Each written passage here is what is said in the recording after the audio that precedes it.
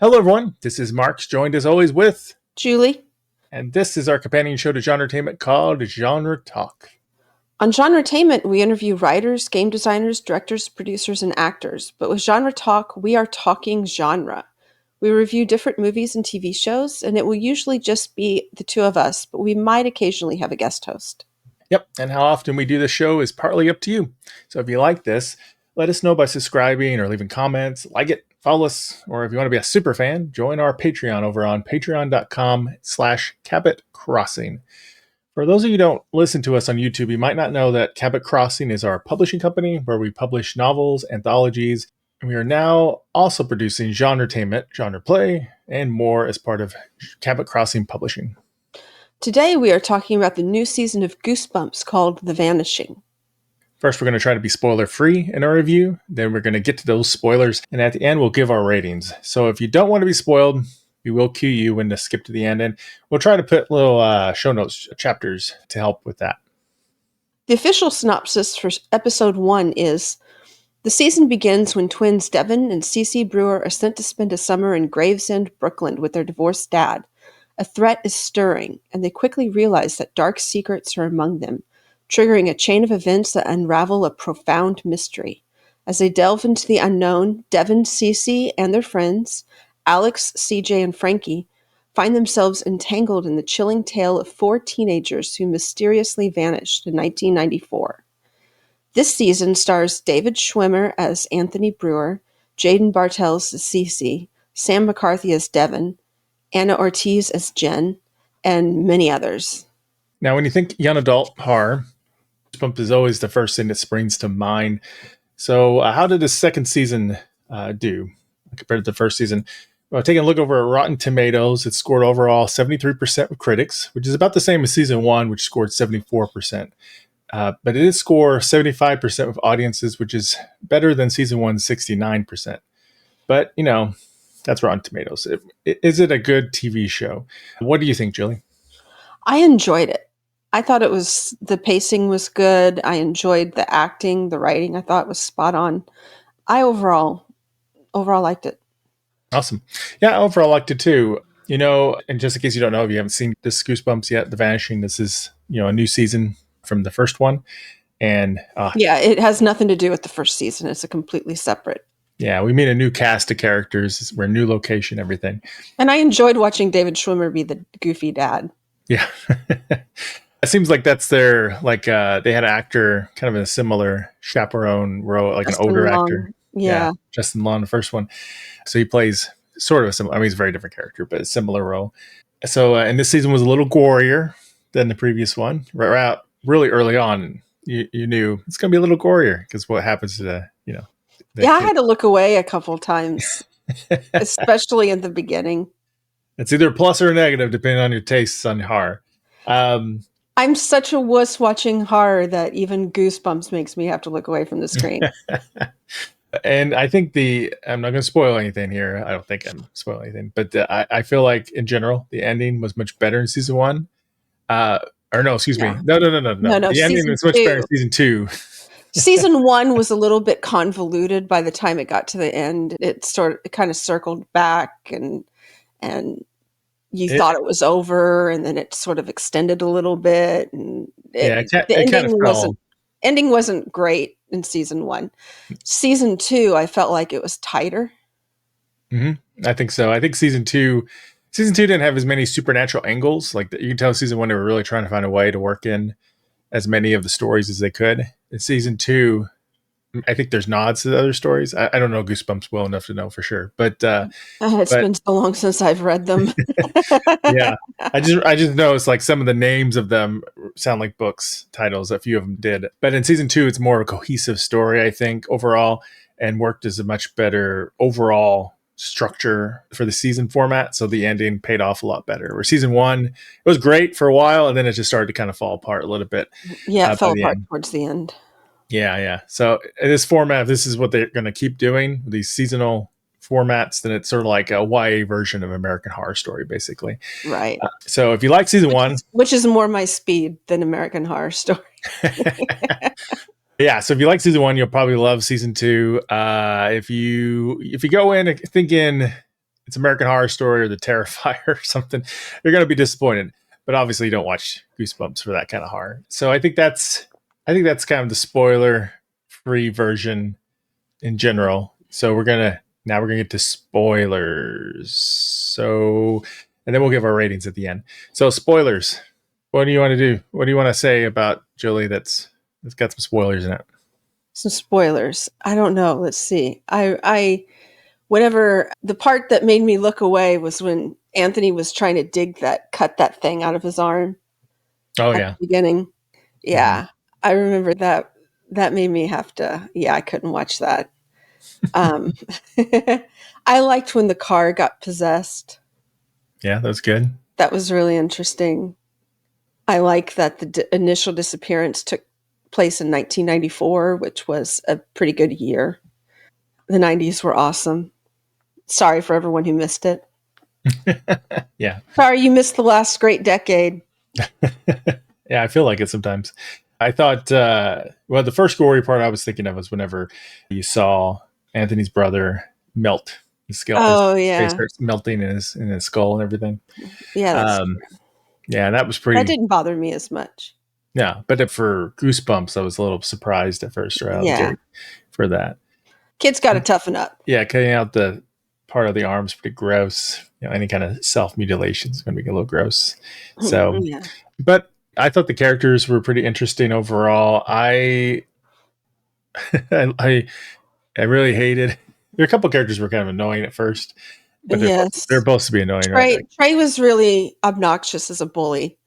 Mhm. And Frankie, I felt, came off as very stupid, Yeah, because she was dating him, even though he was acting so horribly towards people, that it just made her look really, really stupid.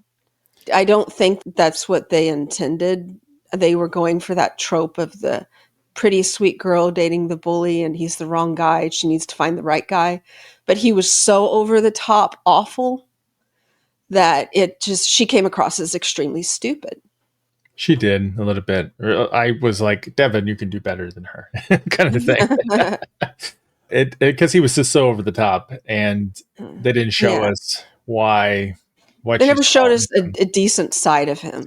They did, but not until after he died and was reborn, basically. Right, right. Yeah. Um, After he basically died, became a car and then came back to life. as everybody does. He got a little bit more humbled, and I think he even apologized at one point, didn't he? Yeah, he was pretty different personality wise at that point, which made Yeah, me so it which was made me a good little for him. paranoid about him for a while. Yeah, I got to thinking that maybe it wasn't really him. Which kind of how it ends. But anyway, So maybe all schoolyard bullies need to like die and come back to life, and then they'll be. yeah, I can see this as a good plan. yeah, he was kind of annoying, a little bit too much over the top at first. And a little bit like it was a CJ. He was a little annoying too because it's like, come on, dude, you're eating the food and everything, and so it Oh felt, yeah, he was the worst delivery driver yeah, in the history of delivery drivers. he's pretty mature for his age. Yeah, he did seem like he was a few years less mature than the other kids, Yeah, he did. But which is why no one believed him whenever he.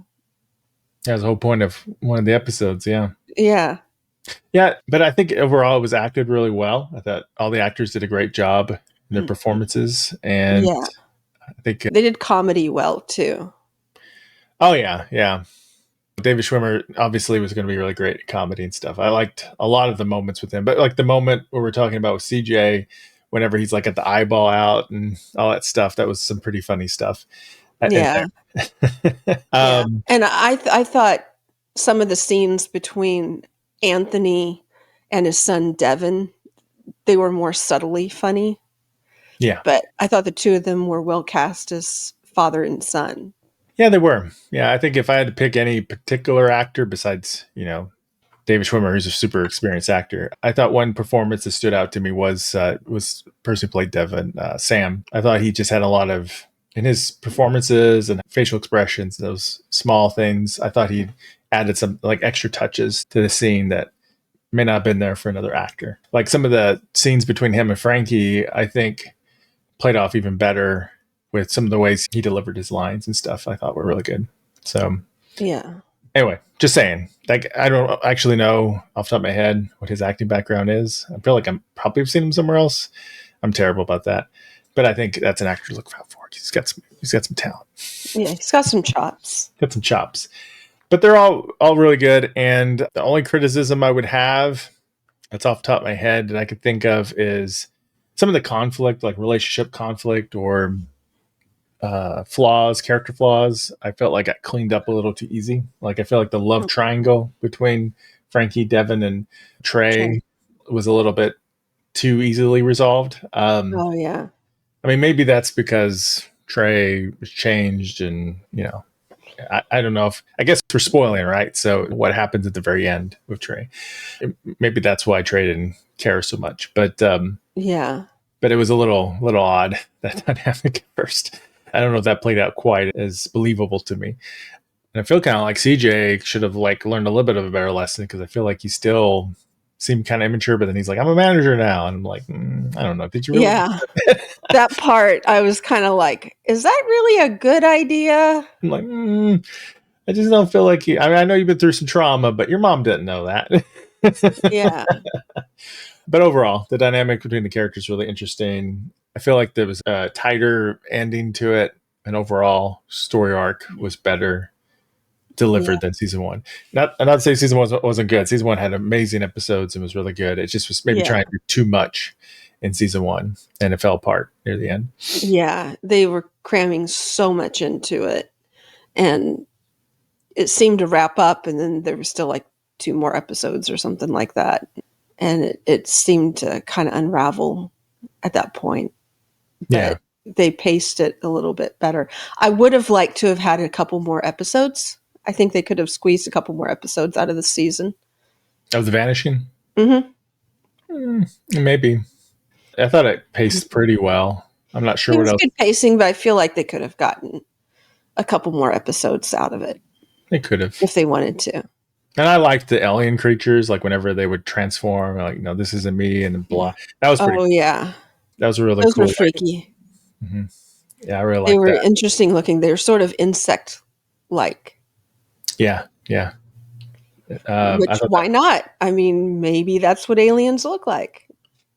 It kind of had a hive mentality going on anyway. Yeah. Also, whenever they found the original teenagers and you think like, oh, they saved them. Wow. And then a twist with them not really being them anymore. I think that was a good reveal. And the way it was done was very horror-y. So I thought that was pretty good. Yeah, it was a good show. So I'm not like a huge YA person per se. I mean, I like my occasional American Horror Story too, but and I like a lot of psychological horror type stuff, which this wasn't psychological horror. No. But Goosebumps, I think it's good to have these kind of stories. They're good stories. They're also good ways for kids to experience horror stories without like just jumping right into, extreme stuff. Yeah. So, which probably isn't always the healthiest, depending on the age. 10-year-olds should not be watching Texas Chainsaw Massacre. No, I shouldn't. No. I don't know if anyone should be watching Texas Chainsaw Massacre. I don't know if anybody has to. I don't think it's going to be the end of the world if you don't. But young kids, at least, do not need to be watching that kind of stuff. So Goosebumps is great for filling in that gap there. And it's still entertaining for adults. So that's something that families can watch together, which is really cool. Which I think sometimes we've got so extreme. I mean, I like my gory action, occasional nudity, whatever type shows, but if you have a family or kids, it's kind of, not a very good way to have. You can't experience shows together, basically. Yeah, you can't have family night in front of the TV with that kind of thing. No, you can't. And it's good to have something that kind of is a balance so the parents can enjoy it too, as can the kids. Because it's like, not that all cartoons aren't great or anything, but not every parent loves to watch a million Disney cartoons or whatever going on. Right. Yeah. They're not really bonding over it always. They're usually just bearing, the pain of watching it 50 times. When I was younger, being able to watch stuff like Goosebumps or maybe not Goosebumps, but because I don't know if that was really out, but Erie, Indiana, for example, Yeah. or Star Trek with my family. I thought that was good experiences to do that. So My whole family used to watch MacGyver. yes, MacGyver. The real MacGyver. Yes. Not the new show that they've got on, which in all fairness is kind of a cute little show, but it's not MacGyver. Yes. Yeah. So I think these kind of shows are really important, not only because they can be entertaining and good, but also they can bring families together, perhaps. So Yeah. they fill in that gap there. So what do we think? Or is there anything else you wanted to say about the show before we move on to ratings? No. Okay. And I think the spaceship design was really cool and interesting too, right? So Yes, I love how it could shift and change and yeah, I thought that was really interesting and original looking. creative. Yeah. Yeah. Because So it's hard to make a spaceship original. There's been so many, you know what I mean? mhm. There have been so many spaceships on TV and movies that it's hard to get an original spin on it. And I think they did a pretty good job. Oh yeah, I think they did. I think it ended really strong, whereas season Mhm. one kind of fell apart. It just kept building in the season two. And Yeah, with the ship and the it turned alien. out they weren't really evil. They were just trapped. Yeah. So So, and we had a guest star appearance from that one actor from Heroes, whose name eludes me right now. oh yeah. He did a good job in that role. And we had an actress that was from Evil. I kept going, who is she? Who is she? She looks familiar. So it's cool to see some of these other genre actors popping up. There's someone from Evil in there. hmm Yeah, the one I that missed had it. the evil twin, or sort of, to her that was dating. Was it Ben? Oh, okay. Yeah. I don't remember that. Sorry. She was in a small part. She was the one that put the ankle bracelet on Oh, Alex. okay. Yeah. But anyway, I don't have her name pulled up and I can't remember it. But she's very memorable on that show. So she stood out whenever she was on there, to me at least. We also had another actress that popped up to me for whatever reason was Sakina Jaffrey. Jaffrey? Was Sakina Jaffrey? Not sure that's how you pronounce it. She was the scientist woman that knew all the secrets about what was going on. Oh, She's been on Ghosts. She's been on Snowpiercer. She's I been like on. Ghosts. That's a She's on good Miss. show. Mm-hmm. So Miss Marvel. She's appeared off and on different places. So lots of different actors. All right, let's give it a rating. I forgot. Are we doing like 5 stars, 10? Yeah, possible out of 10. Out of 10, what? 10, 10 gooey slime, 10 globs. 10 globs. So we want to do it over 10 globs. 10 globs, yeah. All right. What would you give it? Oh, you're asking me Yeah. first. I would say I'm putting you on the spot. 8.5 globs. I'm going to give it 9.5. All right, cool. It's 8.5 and 9.5 globs. So obviously, if you want to watch YA horror story, if you're looking for hardcore horror, then of course you're not going to be happy. Well, you might still like it too, but you're not going to like it for the same reasons. So Enjoy it for what it is, not what it isn't. exactly. So I think we got a rating. We talked about it. So let's wrap this episode up. Alrighty. Thanks so much to everyone for listening. Let us know your thoughts in the comments and tell us what your favorite parts of season 2 of Goosebumps The Vanishing was, and maybe give us your opinion if you didn't like it as well as we did. We're Or what always interested in yeah. opposing viewpoints. Yeah. Or if you like season 1 better or something, let us Yeah. know. Because we like this better in season 1 overall. And also let us know what other movies, TV shows, or other things you would like us to talk about. You can always share that in the comments as well. Yep. And don't forget, if you found us with this episode, you can also hear us interview creators on GenreTalk, or listen or watch us play different tabletop role-playing games and discuss them too over on Genre Play. You can find all those at cabotcrossing.com or our YouTube channel at Cabot Crossing. And that's CABBIT, like a cross between a cat and a rabbit. Yes, a totally real animal. Not like Cabot Cove from Murder, She Wrote. Different spelling.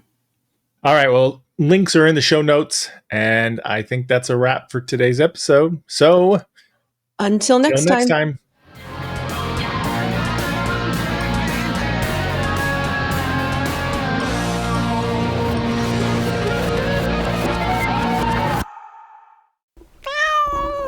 Bad monkey.